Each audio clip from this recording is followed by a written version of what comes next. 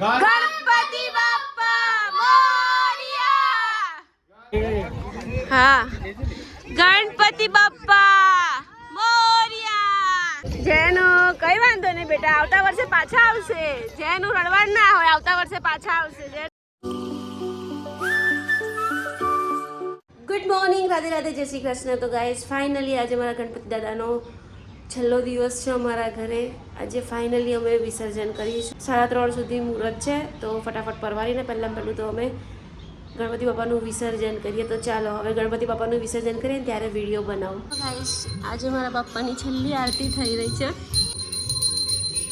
આજે મારા બાપ્પાની વિદાય થઈ રહી છે. બાપ્પા અગલે બરસ તું જલ્દી આના.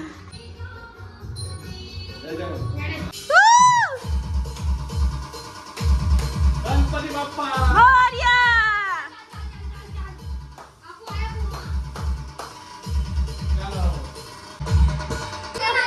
ગણપતિ બાપ્પા બાપ્પા અગલે બરસ તું જલ્દી આ. હું જઈ બોલશે ચલો જા.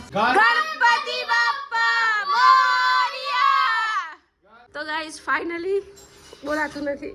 તો ગાઈસ ફાઇનલી મારા બાપ્પાનું વિસર્જન થઈ રહ્યું છે. 5 દિવસે આજે વિસર્જન કર્યું બાપ્પાને. તો અત્યારે અમે વિસર્જન કરવા જઈએ છીએ. મારાથી બોલાતો નથી. દક્ષુ બાપ્પા જાય છે આપણા આજે. 5 દિવસ મસ્ત સેવા કરી. બોલાતું નથી મારાથી. બાપ્પા ફાઇનલી આજે જાય છે. થોડું દિલ ભરાઈ ગયું મારો મંડપે સૂનો પડી ગયો છો. હવે શરૂ થઈ ગયું અમારા ઘરમાં. બાપ્પા જાય છે. અમારા જેનિશભાઈ બી રડે છે. બાપ્પા જાય છે તો કે છે ને આવી જશે આગલે વર્ષ. મારા દક્ષુ બી રડે છે.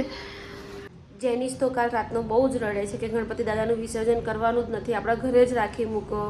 સવારે મને પણ રડવું આવ્યું. હમણાં થોડી વાર પહેલાં પણ રડી, કેમ કે બાપ્પા હતા ને ત્યારે નવા દિવસો લાગતા હતા. હવે બાપ્પા જાય છે તો એકદમ સૂનું લાગે છે. એકદમ સૂનું લાગે છે. પણ 5 દિવસ રાખ્યા, બાપ્પાની સેવા કરી. હવે આમ નથી ગમતું એ બાપ્પા જાય છે. તો કોઈ ઘરે વિસર્જન કરવાનું હશે એટલે અહીંયા ટબ ભરીને મૂક્યું છે. તો ફાઇનલી બાપ્પાને નીચે લઈ આવ્યા છીએ. તો ગાડીમાં બેસાડી દીધા. હવે બાપ્પાનું મસ્ત વિસર્જન કરી આવીએ. મમ્મી દર્શન કરવા આવ્યા છે, બતાવું. બાપ્પાના દર્શન કરી લીધા? મેં અવની ભાભીને ફોન કર્યો, એ કેવું ભજનમાં છું. હા, ફાઇનલી મારા બાપ્પા બેસી ગયા છે ગાડીમાં. ફાઇનલી મારા બાપ્પાનું આજે વિસર્જન થઈ રહ્યું છે. હવે અમે લઈ જઈએ છીએ બાપ્પાને તળાવે.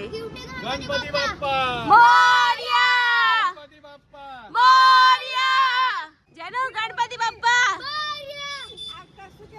અગલે બરસ તું જલ્દી આ. જલ્દી આ. ચલો ખોલો દરવાજો ખોલો. તમે આવો છો? ચાલો તો મજા આવશે. ચાલો હું ફાઇનલી દક્ષના ખોળામાં બાપ્પાને મૂકી દઈએ. ગણપતિ દેવા. ફાઇનલી બાપ્પા જાય છે દક્ષના ખોળામાં.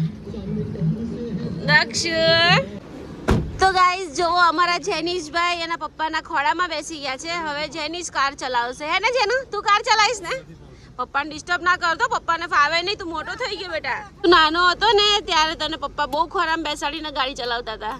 બોલ, હવે તું મોટો થઈ ગયો. ચાલ આવી જા બેટા. ચાલ બાપ્પાનું આપણે વિસર્જન કરી આવીએ. ચાલ બહાર આવી જા.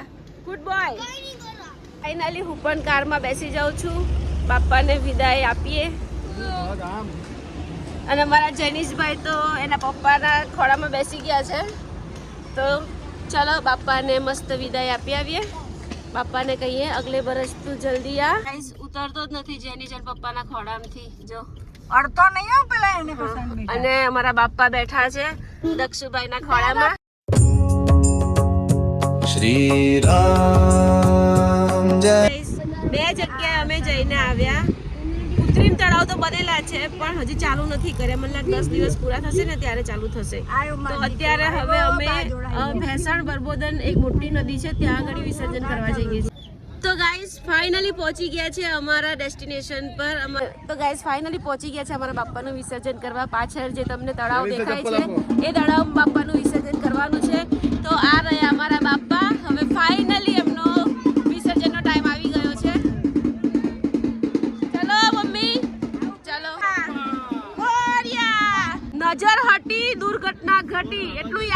રાખજે બરાબર.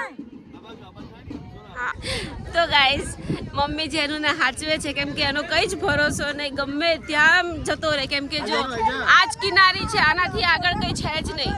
એ પકડી રાખો. તો ફાઇનલી પ્રતિક લઈ ગયા છે બાપાને આપવા માટે. તો અહીંયા વિસર્જન થઈ રહ્યું છે મસ્ત મજાનું. હા ગણપતિ બાપ્પા મોરિયા. તો ફાઇનલી અમારા બાપ્પા જઈ રહ્યા છે. ફાઇનલી બાપ્પા જઈ રહ્યા છે. બાય ગણપતિ બાપ્પા મોરિયા.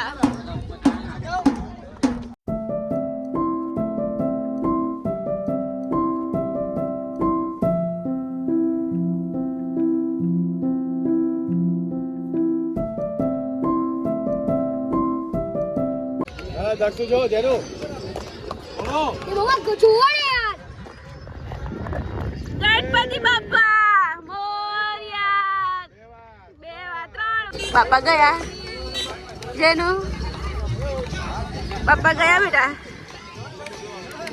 જેનું રડવાનું નહીં બેટા. દક્ષુ ભાઈ રડે છે જો, આવતા વર્ષે પાછા આવશે. તો ફાઇનલી ગણપતિ વિસર્જનનું દાપુ આપી દીધું છે ભાઈને. ફાઇન વિસર્જન થઈ ગયું. Thank you. જેનું ભાઈ અમારા અપસેટ થઈ ગયા યાર.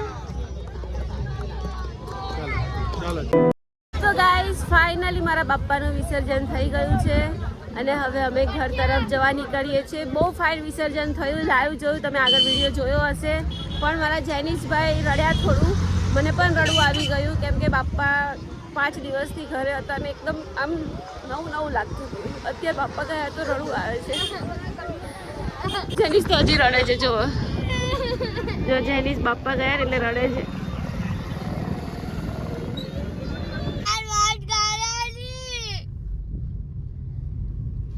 બાપ્પાનું વિસર્જન કરીને આવ્યા, રસ્તામાં રેસ્ટ લીધો છે. પ્રતિક અને જેનિશ ગયા છે પાણી લેવા અને થોડા ઘણા છોકરાઓ માટે પેકેટો. તો ગાઈસ ગણેશ વિસર્જન કરીને અમારો નવો ફ્લેટ જોવા અમે પહોંચી ગયા. જે આ પાછળનો દેખાય છે ને એ અમારો નવો ફ્લેટ છે. અંદર હજી પ્લાસ્ટર ને એવું બધું થાય છે, થોડું ઘણું થાય છે, થોડું ઘણું નહીં થતું. જાન્યુઆરીમાં પોઝેશન આપવાનું કીધું છે, હવે જોઈએ. લાગતું નથી જાન્યુઆરીમાં પોઝેશન મળે એમ. ઓ બોલ્ડેડ. તો ગાઈસ છોકરાઓ તો ક્રિકેટ રમવા લાગી ગયા છે બોલો, અને અમે મસ્ત ઊભા છીએ. પણ અહીંયા પવન સારો આવે છે, બહુ મસ્ત પવન આવે છે. અમારી ગાડી અહીંયા પાર્ક કરી છે. હવે છોકરાઓ ક્રિકેટ રમી લે પછી અમે ઘરે જઈએ. તો ગાઈસ ફાઇનલી ડિનર બની ગયું છે. મસ્ત મજાનું ભીંડાનું શાક ને ભાખરી. આજે પ્રતિકે સામેથી કીધું કે મને ભાખરી આપો એટલે હું તો ખુશ થઈ ગઈ.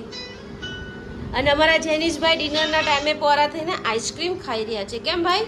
અને બાપ્પા જતા રહ્યા છે એટલે એકદમ સૂનું લાગે છે, કંઈ ગમતું નથી ઘરમાં.